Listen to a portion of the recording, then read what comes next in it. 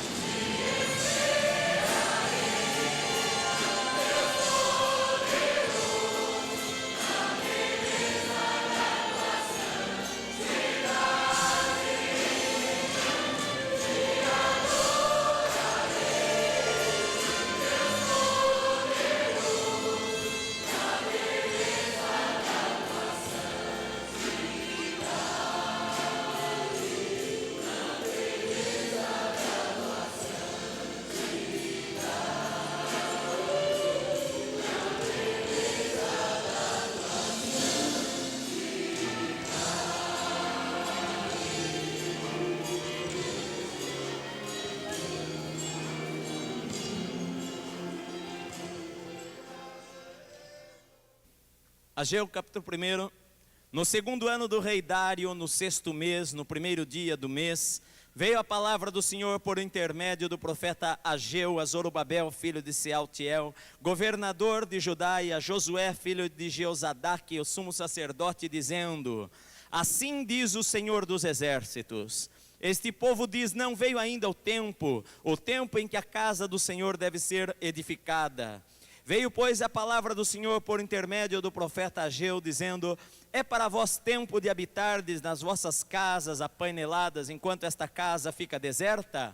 Ora, assim diz o Senhor dos Exércitos: aplicai os vossos corações aos vossos caminhos. Semeais muito e recolheis pouco. Comeis, mas não vos saciais. Vesti-vos, mas ninguém se aquece. O que recebe salário, recebe-o para pô-lo num saco furado. Assim diz o Senhor dos Exércitos: aplicai os vossos corações aos vossos caminhos. Subi ao monte, trazei madeira e edificai a casa, para que dela me agrade e seja glorificado, diz o Senhor. Esperastes o muito, e eis que veio a ser pouco. Esse pouco, quando o trouxestes para casa, eu o dissipei com um assopro. Por quê? Diz o Senhor dos Exércitos: por causa da minha casa que está deserta, enquanto que cada um de vós se ocupa com a sua própria casa. Por isso, retém os céus o seu orvalho e a terra os seus frutos. Fiz vir a seca sobre a terra e sobre os montes, sobre o trigo e sobre o vinho novo, sobre o azeite e sobre o que a terra produz, como também sobre os homens, sobre os animais e sobre todo o trabalho das vossas mãos. Então ouviu Zorobabel, filho de Sealtiel, e Josué, filho de Josadaque, sumo sacerdote, e todo o resto do povo, a voz do Senhor seu Deus, e as palavras do profeta Ageu, como o Senhor seu Deus o tinha enviado, e temeu o povo diante do Senhor. Então Ageu, o mensageiro do Senhor, falou ao povo conforme a mensagem do Senhor: eu sou convosco, diz o Senhor. De modo que o Senhor suscitou o espírito de Zorobabel, filho de Sealtiel, governador de Judá, e o espírito de Josué, filho de Josadaque, sumo sacerdote, e o espírito do resto de todo o povo. Eles vieram e trabalharam na casa do Senhor dos Exércitos, seu Deus, ao 24º dia do 6º mês, no 2º ano do rei Dário. Amém. Ageu é um dos últimos livros do Velho Testamento, não apenas em colocação, a forma, a organização do livro, mas Ageu é um dos últimos livros, é um livro histórico, é um dos últimos livros do tempo do Antigo Testamento. Ele foi escrito pelo profeta que leva o seu nome, profeta Ageu, que foi um dos profetas que vieram lá do cativeiro da Babilônia, onde o povo de Israel estava. Israel havia desobedecido ao Senhor, havia desobedecido às ordens de Deus, e por causa da desobediência estivera em cativeiro, e o profeta Jeremias havia pregado que por causa da desobediência Israel seria levado cativo para a Babilônia, e queria ficar ali naquela terra por 70 anos, e que 70 anos depois iria voltar à sua terra, a Palestina, a terra que Deus havia prometido a eles. E agora, depois do cativeiro, o rei Dário, o rei Ciro, coloca um decreto.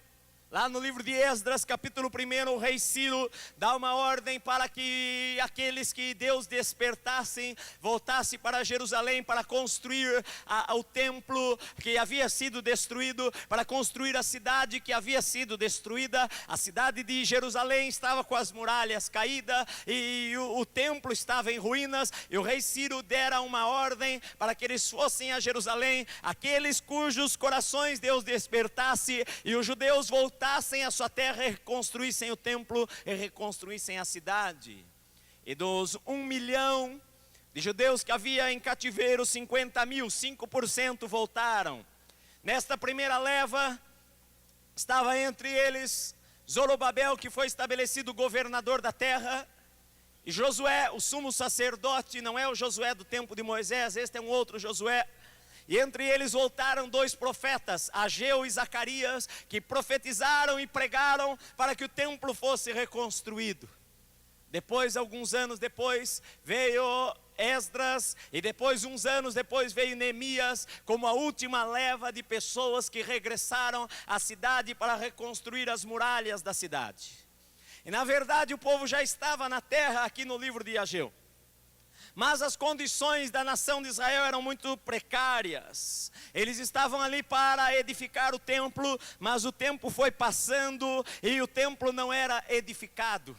A missão deles, a primeira, era ir para lá e era edificar a casa de Deus, mas eles chegaram à terra e havia tantas coisas a fazer, havia tantos planos, eles tinham tantos sonhos, que eles resolveram construir as suas próprias casas, eles resolveram cuidar da sua própria vida e acabaram deixando o templo em segundo plano, acabaram deixando a construção do templo para mais tarde. E assim se passaram 1 ano, 2 anos, 3 anos, e já 20 anos eles estavam lá na terra, e nada de templo ser reconstruído, e eles começaram a ter alguns problemas em sua vida, que muitas vezes algumas pessoas em nossa época também têm. Versículo 6. Diz que eles estavam semeando muito e eles estavam recolhendo pouco. Eles estavam comendo bastante, mas eles não estavam se sentindo saciados. Eles estavam se vestindo bem, mas eles não estavam se sentindo aquecidos. O salário que eles recebiam, na verdade, parecia que eles colocavam num saco furado, porque o dinheiro não dava para nada. A sua vida, ao invés de ir para frente, cada vez regredia mais. Ao invés de melhorar, a situação piorava. E isto devido a alguns problemas que eles deveriam ter dado prioridade ao templo, enquanto estavam dando prioridade à sua própria vida. E quando nós começamos a dar a prioridade, a colocar as nossas prioridades de forma errada, nós vamos sofrer as consequências disso, meu amado. A Bíblia diz em primeiro lugar que eles tinham prioridades erradas. Eles pensaram, vamos cuidar das nossas coisas primeiro.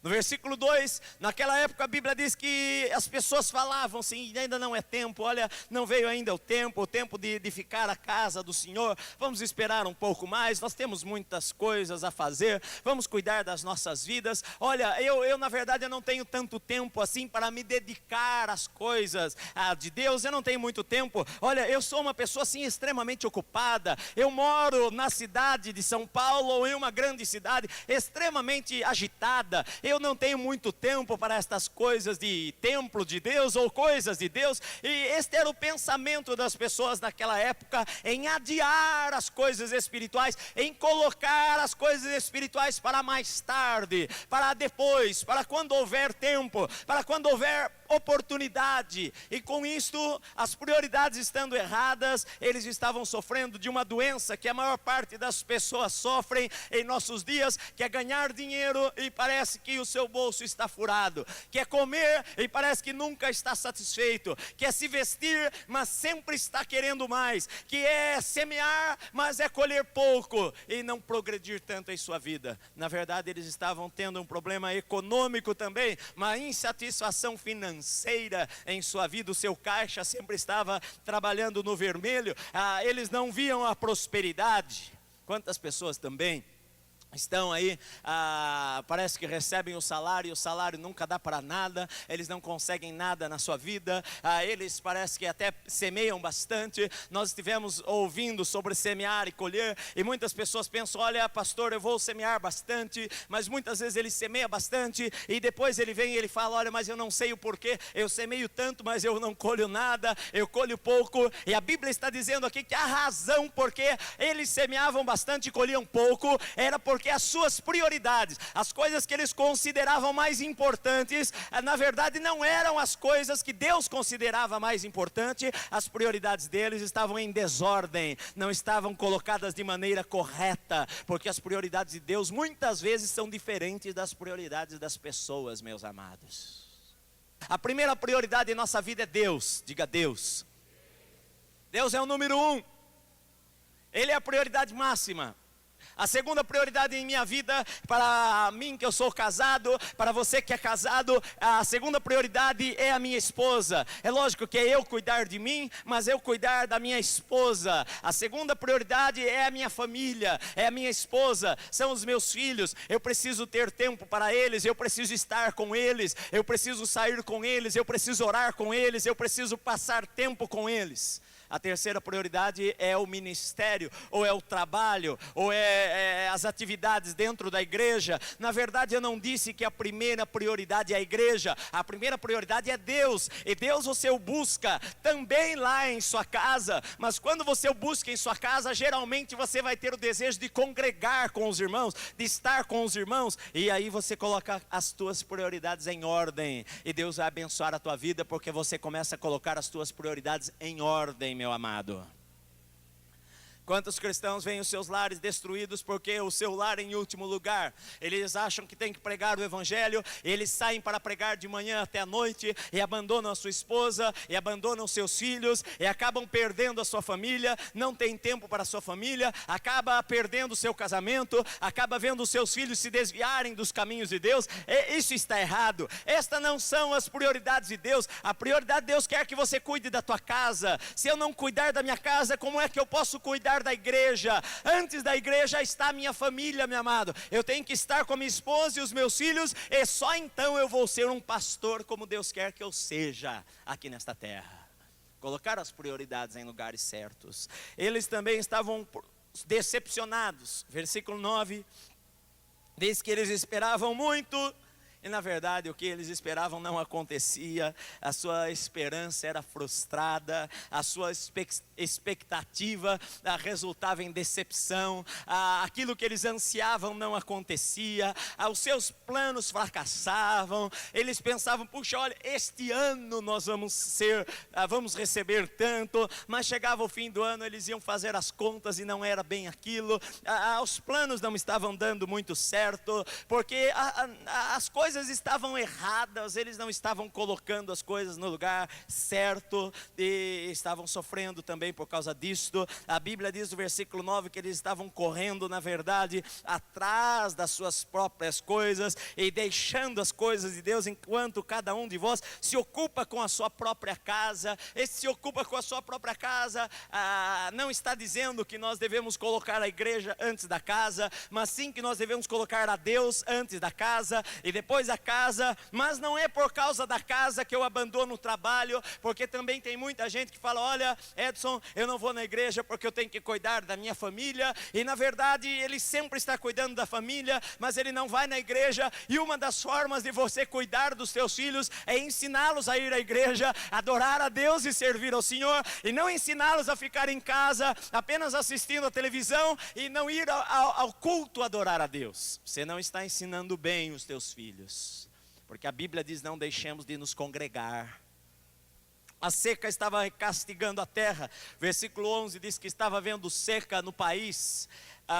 Quando a seca, meu amado, há sofrimento. Quando a seca, a árvore não produz o seu fruto, o trigo não existe. Eles aqui estavam sofrendo, não produzia azeite, não produzia nada. Crise econômica, crise dentro das casas das pessoas, falta de esperança, a esperança frustrada, dinheiro faltando, sem dinheiro no bolso, dinheiro colocado no bolso como se gasto na farmácia da esquina, perdendo tantas coisas, perdendo a sua família, perdendo a sua vida, perdendo a sua casa, perdendo os seus sonhos, porque estavam colocando as prioridades de maneira errada. E Deus faz a pergunta no versículo 5 e no versículo 7, e Deus diz para eles, assim diz o Senhor dos Exércitos, aplicai os vossos corações aos vossos caminhos, aplicai os vossos corações aos vossos caminhos. Ou seja, olhe para o teu coração, considere o teu passado, considere a tua vida, olhe para a tua vida, olhe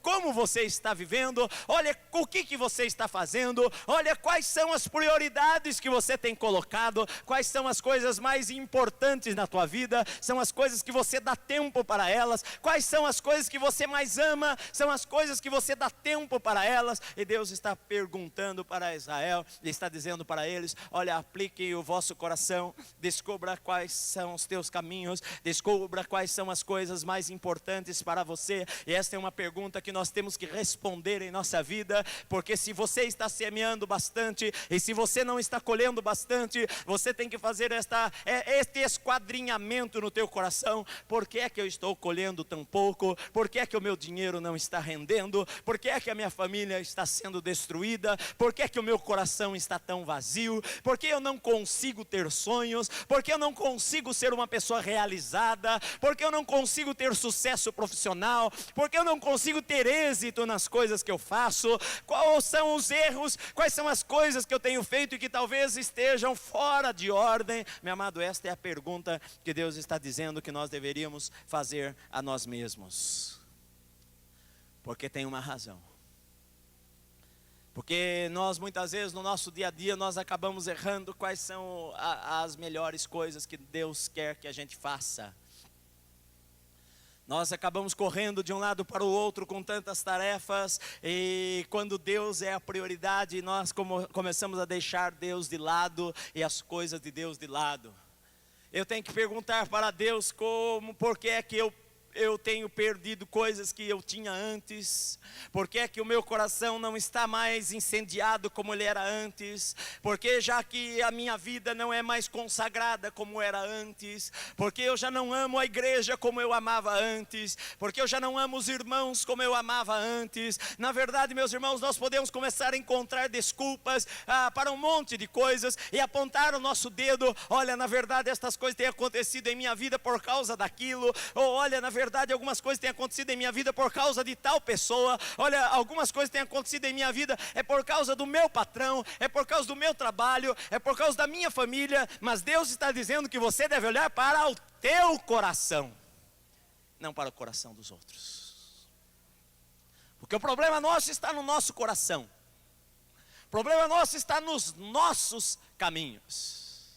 Porque na verdade a bênção do Senhor não está condicionada ao que os outros fazem por mim. A bênção do Senhor sobre a minha vida está condicionada ao meu próprio coração, aos meus próprios caminhos, às minhas próprias atitudes. É eu que impeço ou eu que libero a bênção de Deus sobre a minha própria vida. Ninguém mais pode fazer isto, meu amado. Isto é algo que está no meu coração. Por isso que Deus diz: aplique os teus caminhos. Olha lá o teu coração, olha qual tem sido os teus caminhos, olha qual tem sido os teus desejos, olha qual tem sido as tuas direções, olha qual tem sido os teus propósitos, olha qual tem sido as tuas atitudes. Olha lá para o teu coração, esquadrinha a tua vida. O que é que você mais quer nesta vida? Está de acordo com o que Deus mais quer para a tua vida? Ou será que o que você quer não está de acordo com o que Deus quer? E quando você quer coisas que Deus não quer, então você vai ter problemas em tua vida, meu amado. Vai sofrer de insatisfação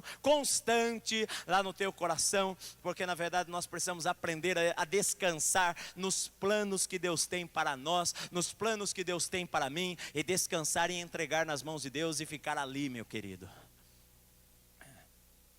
Considere o teu coração.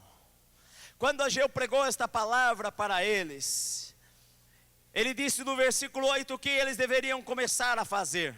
Que a solução estava em começar a subir o monte e trazer madeira, edificar a casa e começar a buscar as coisas de Deus em primeiro lugar. Porque a Bíblia diz: buscai ao Senhor em primeiro lugar. Jesus falou: buscai o seu reino, buscai a sua justiça. As outras coisas, o comer, o beber, o vestir, Deus vai acrescentar para você. Porque os ímpios é que se preocupam com estas coisas. O homem que não conhece a Deus é que está apavorado, pensando o que eu vou comer amanhã, o que eu vou vestir amanhã. Amanhã será que eu vou vender? Amanhã será que a firma vai progredir? Amanhã será que o meu trabalho vai prosperar? Os ímpios é que tem esse tipo de preocupação. A Bíblia diz: olha, coloca a tua vida nas mãos de Deus, confia no Senhor com todo o teu coração, Ele vai cuidar do restante de todas as outras coisas. Então entrega o teu caminho ao Senhor, confia nele, Ele vai fazer o resto. A Bíblia diz: buscai o seu reino, buscai a sua justiça, as outras coisas Deus vai acrescentar a você no tempo próprio. Aprenda a descansar,